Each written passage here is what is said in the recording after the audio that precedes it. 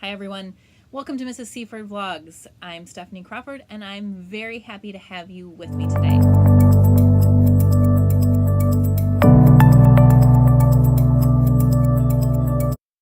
Let's go ahead and dive right into our topic for the week. Has kind of been trending in education lately and maybe even outside of education, and it's finding your why. So when we do anything, we have really been hearing step back and find your why. Why are you doing it? Because if you don't have a truly valid reason, or if it's a reason that doesn't mesh with the purpose of your job or who you feel like you are, then really you probably need to reevaluate. And the why can affect our performance. So if you haven't thought about your why, this is a great time to do it. If you have thought about your why for teaching, but you haven't thought about it for gamification, now's your time to do that too and evaluate that. If you haven't gamified yet, but you've been thinking about it, you're on the edge, you just don't know, maybe this will help push you over and at least think about your why, about why you're wanting to do it.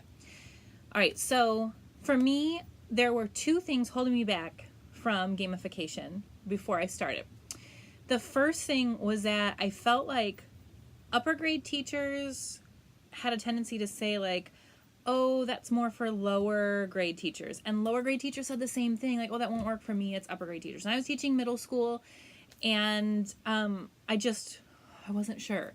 I wasn't sure how the parents would react or how the kids would react or even if I could do it. I guess there was self-doubt there too. Like, can I do a full year to actually gamify my classroom?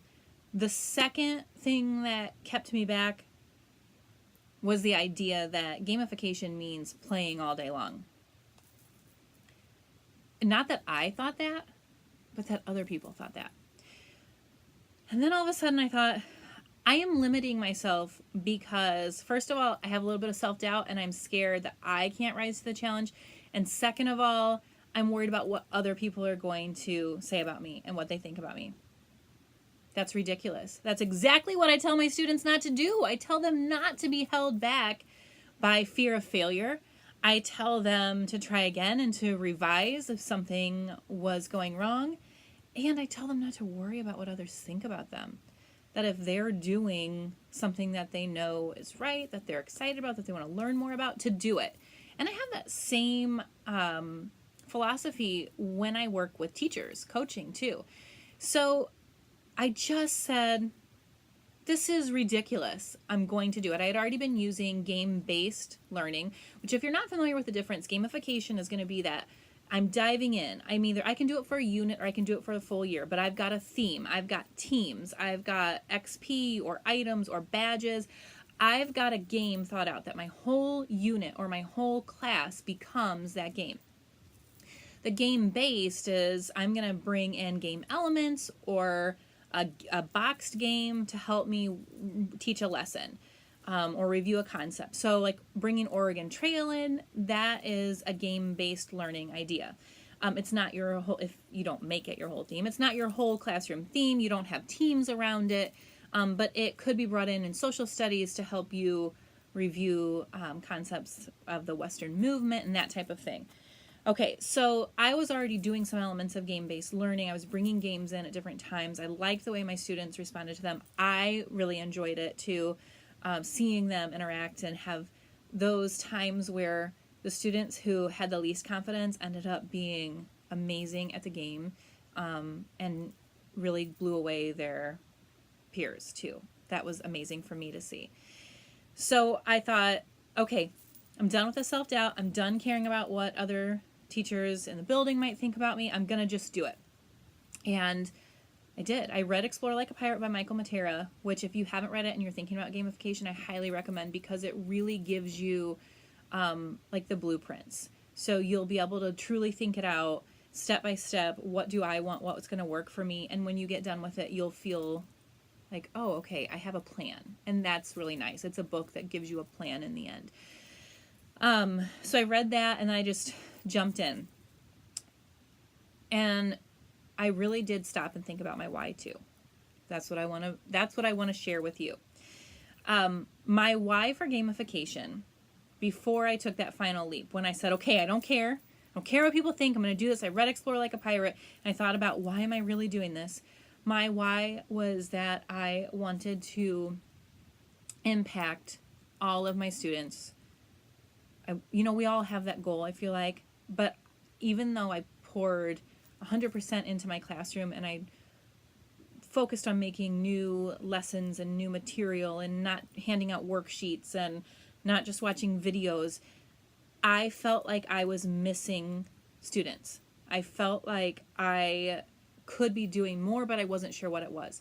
So my why with gamification was to try to reach all of them, have them become more successful than they would have been before my gamification in a traditional setting. And that drove me. That drove me every day in everything that I created for the game. Was it always perfect? Absolutely not. Did I always have the answers? No. Was I willing to admit it and change? Yes, because my why was always for the students. And I'm going to tell you, I saw amazing things happen. Students that had behavior plans, students that had poor attendance, they came alive in a different way in my classroom. Again, it's not perfect. It's not, a magic item that can solve all of your problems. But students were participating and believing in themselves and being competitive in a way that they weren't before and that they weren't in other classes. And so that kept driving me. It told me that my why was on point and I just needed to keep going with it. So as I did that, I became more confident. I shared out. I found people in my PLN, especially on Twitter, who shared ideas, who brainstormed, who worked through problems, but who helped me celebrate successes also. So those were worth it. Knowing my why beforehand made it all connect.